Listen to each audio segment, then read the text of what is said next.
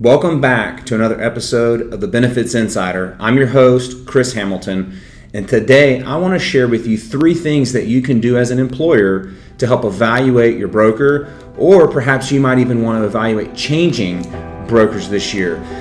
If you want to use your benefits to attract or retain talent, you have to offer something they can't get anywhere else. So in this short episode, you're going to know the things you should ask, what the process should look like, and how to make the best decision for your company and your employees. Now, I'm going to give you this advice as somebody that works inside the industry, and it's a kind of an amalgamation of things I've seen employers do over the last decade that at best I think are inefficient, but at worst cost their companies time, cost their companies a lot of money, and a lot of frustration in some cases. And my goal after this short episode is for you to completely avoid all of those traps. I think the first thing we need to ask is, why do you want to evaluate your current broker, or perhaps why would you want to consider changing? And you may fall into one of these 3 categories. And based on the category you fall in, I'm going to give you the steps that you need to take to make the best decision possible. So the first category, you may be that employer that says, I really don't want to change brokers, but I want to find a way to make sure I'm getting the best from my broker, or perhaps keeping them honest. You're not really wanting to change, but you're wanting to keep them on their toes. Perhaps you're wanting to push the innovation button. You're wanting to see something new. You want to see something more than just those traditional 4 carriers. Look, I get it. There's nothing like the presence of competition to get somebody to sit up a little bit taller, work a little harder, move a little faster, right? We're just human beings. That's how we're wired.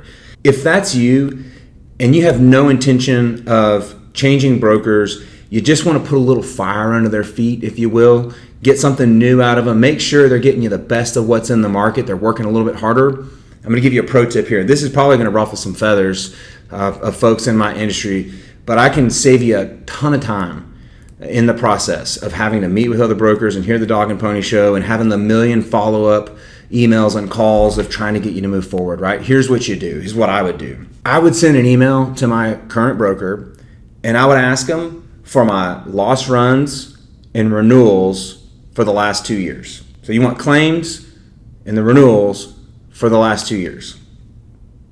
That's it. You don't even have to talk to another broker. Just asking for that information, your broker is immediately going to be on the radar, is going to be up, oh my gosh, we're getting shopped, which rightfully so. If they're good and they're confident in the strategy that they're using, it shouldn't put them off. But you may get a call from your broker in that case, and they're going to ask, what's going on? What's up? And the best answer to that is, just do my homework. That's it. Just do my homework. I just want to see what I've got.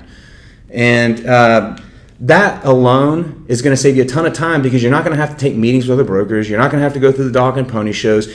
You really like your broker, but you're just not quite sure if they're giving you the best at what's out in the market. That's going to get right to the point. And, maybe when the broker calls, you just tell them, hey, I really want to see what else is out in the market. I want to do some homework. Bring me the best. I want the ideas. This is the problem we're trying to solve. Which, if they're a good broker, they know what your pain points are. They know what your goals are. And they should have already set a strategic roadmap for you for the next at least 3 years, preferably 5. And every year it perpetually updates based on where you are in that strategic plan.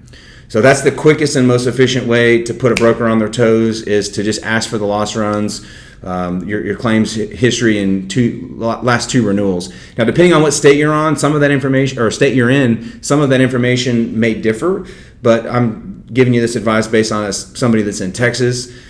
That's the information I request. It'll get cut right to the point. Or perhaps you're this second employer, and that is, you're the what else is out there client. You've been with the same broker for a number of years. They continually bring you the same 4 carriers.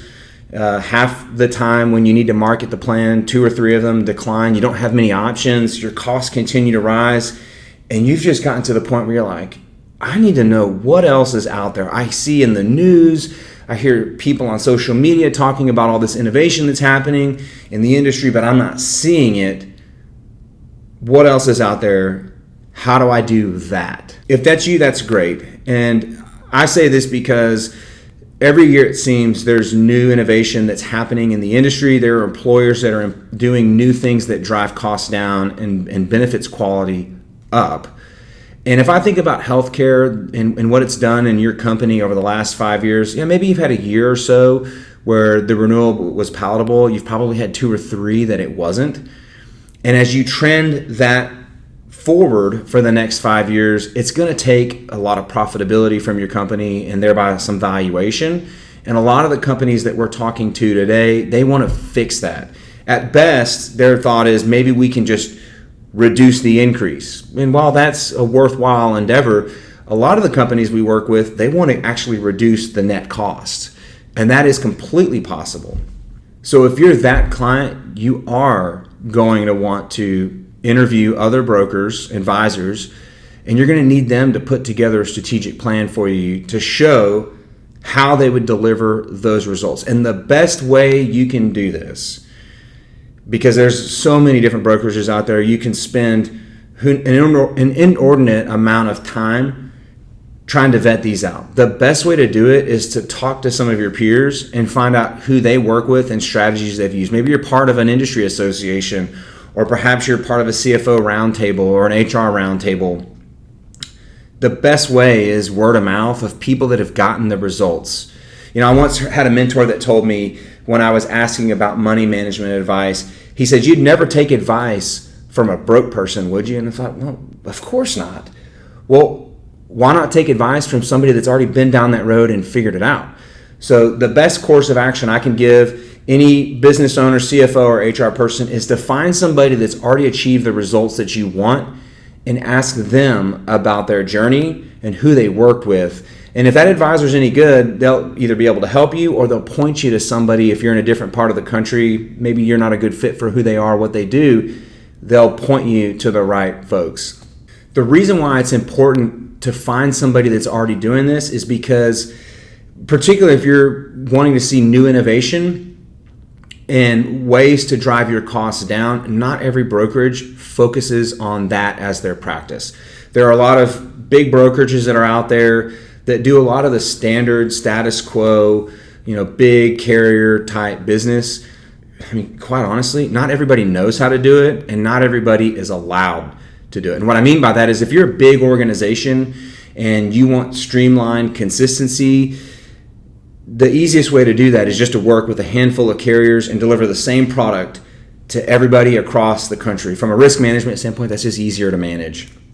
But I think the other thing that drives that is the way brokerages get paid. So when you look at the top 50 brokerages in America, really look at the top 25, those brokers are cashing big bonuses from your insurance company.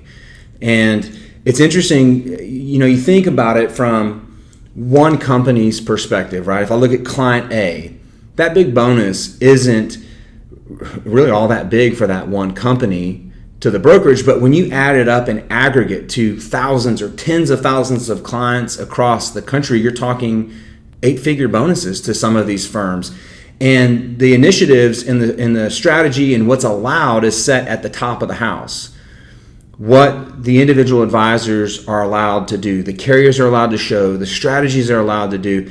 I know this because I have friends inside of those organizations. I interview people at those organizations asking them about their business practices. What are they allowed to do? What are they not? And that is how I've been able to hone the niche that we use to compete against them. In fact, most of the clients I work with come to me from a big national brokerage because those brokers either don't know how to do it or they're not allowed to do it.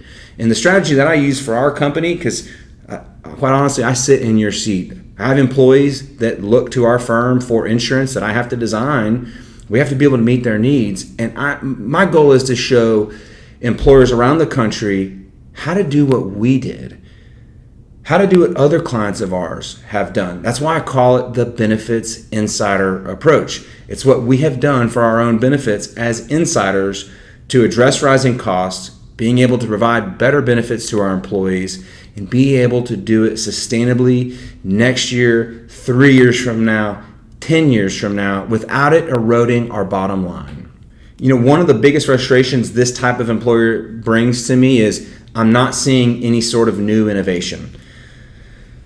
So it does make sense to find other brokers that are doing what you want to accomplish. The best way to find that broker or advisor is to talk to an employer that has gotten the results that you want to see.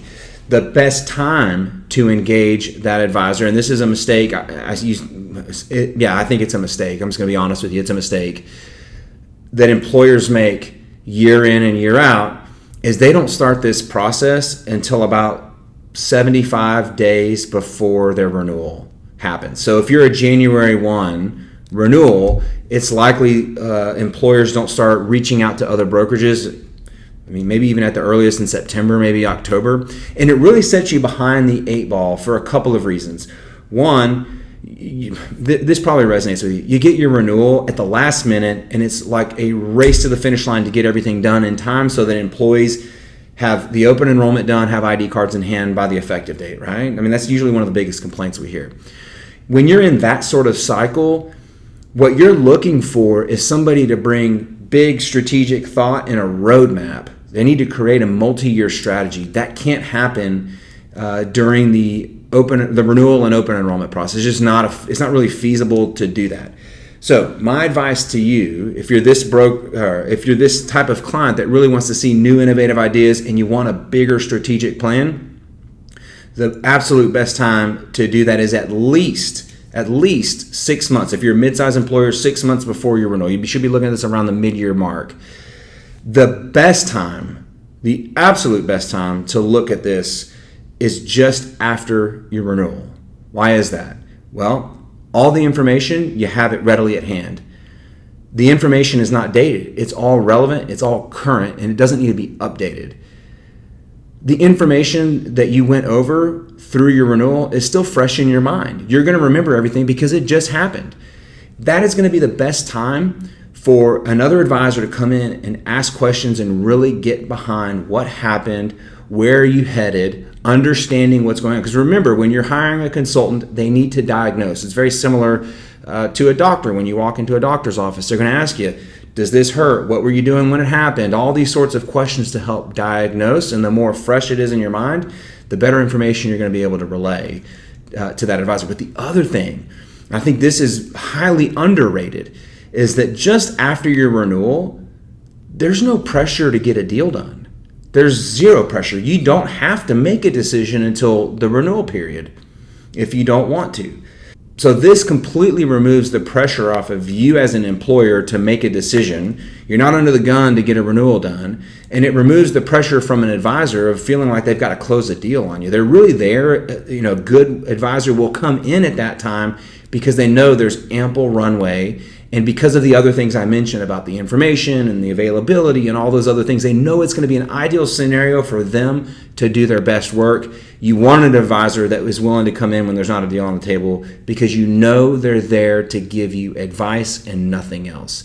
That's my pro tip right there. That's the best tip I can give somebody. Periodically, I do come across this third client, and that is I've had it up to here with my broker. Maybe it's they botched the renewal. They didn't bring a single renewal option. Maybe they were late on it. Maybe the service is non-responsive. You've had lots of claims issues and not a lot of help getting it done. And you're just ready to hit the ejection button and get out from underneath that broker. That happens periodically. And I have to caution you, pull the reins in just a little bit. Because in that moment of frustration and just ready to move, oftentimes employers will make the wrong move at that time just to get out from underneath their current broker. The best advice I can give somebody in your situation is to go back to that second type of client. Find a peer that's getting the service, that's getting the financial results from their benefit plan. Talk to them about what they're doing. I can't underscore how important that is to find somebody that's having the results that you want to achieve and asking for their advice. Not brokers. Don't ask brokers, because trust me, if you ask a broker, it's like asking a car salesman, do I need a new car? Yeah, of course you should get a new car, right? Don't ask a broker if they can solve this particular problem, because 99 out of 100 times the answer is like, yeah, sure, I can take care of that for you. But can they really? So don't start with brokers, asking brokers their opinion on any of this. I think you should ask a peer, So if you're an HR person, find somebody in your HR sphere of influence, or a CFO or another business owner. Perhaps you're part of YPO, or perhaps you're part of another roundtable organization. Ask somebody in your network that has solved that problem how they did it first. What was it? What were the steps they took? And then it's probably going to make sense to ask who they evaluated, who helped them achieve those specific results. From there, then you can pull those folks into the fold and have them lift the hood and understand what's going on inside of your organization. Okay, so now we've already talked to peers. We figured out what it is that they're doing. We've gotten a couple of recommendations. We found a couple of advisors or brokerages that we think can help us. What do we do from there? I'm going to share with you 3 questions that you should ask and 3 things a good advisor should be willing to provide you before you hire them. So as far as the questions, I'm going to assume if you're like many of the employers that I talk to, and I would say out of 10 employers, and I'm talking mid-sized employers, so these are employers that have maybe 50 to 1,000 employees. The number one problem that I hear from business owners and CFOs and HR folks is the cost of our benefits is rising too much. It's too expensive. It's taking profitability from our company. It's costing our employees too much. And because of the costs, we've had to whittle down the benefits, and now it's harder for us to attract people, or people are complaining about the costs that or the coverage that they have when they go to the doctor or whatnot, right? So that's most of the complaints that we hear about what's going on in the industry today relate back to cost, because everything that happens from there is downstream due to the cost. So I'm going to come at this from the standpoint of perhaps you're like a lot of the companies that I talk to, and you want to figure out how to address rising costs of health insurance in your business. So these 3 questions are really important. And it'll tell you a lot about the quality of the advisor. Really, in our industry, people debate what's the difference between a broker, an advisor, a consultant. I'm not going to get into that argument. I'm just going to describe 2 types of brokers. One is the broker that just goes out and shops carriers and brings back whatever quotes they can get from the market. Nothing wrong with that, but that's one type of broker. The other is somebody that designs a plan that meets the goals that you need. They're taking that and they're custom designing the carriers and the vendors that are part of that, right? So they're really customizing it to whatever the needs are of your company. It's 2 different groups of people. And to really address the rising cost of health insurance in your business, you've got to work with the latter, somebody that can custom design a plan for you and take that to the market to get pricing versus just asking what's out shopping. And so these questions are going to really help you figure out which one of the 2 brokers or advisors you're working with. Okay, so follow me here. Is somebody a high-level thinker and really strategic, or are they order takers of whatever the market brings to them?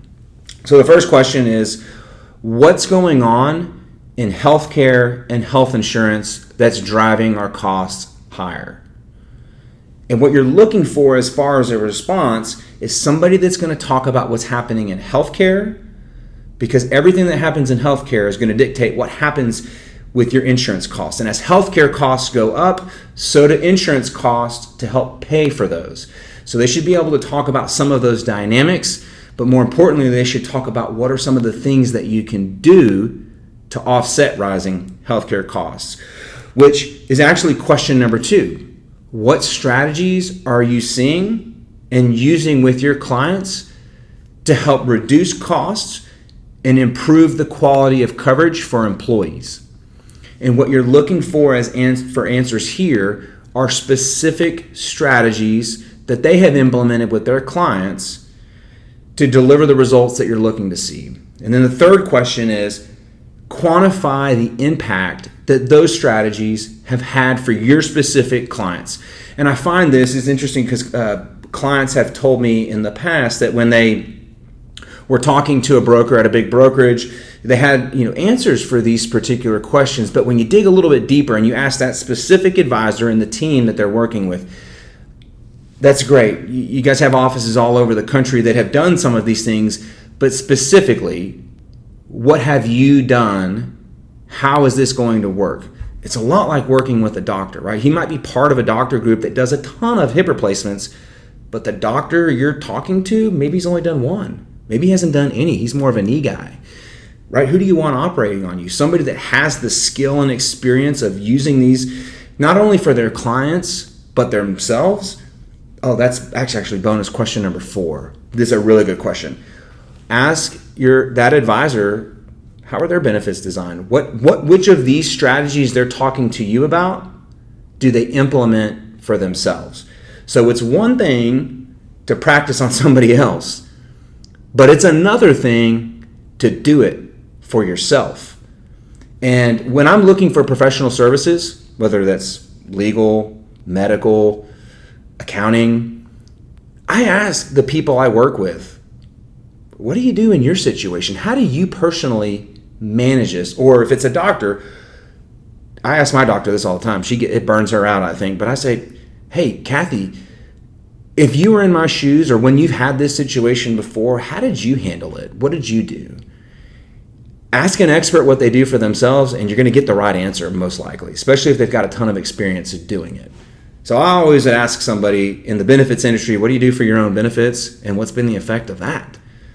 So that's actually 4 questions. So here are the 3 things that a good advisor should be willing to provide you before you hire them. This is a frustration I hear from many clients that many brokers will tell them, well, I'm willing to give you all this stuff, but you got to hire me first, and then I'll show it to you.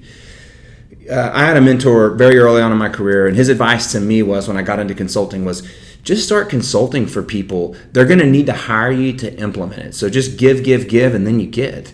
And so that's one of the philosophies that I've built inside of our team here at Hotchkiss is, when we show up, we start asking questions, we're going to start helping.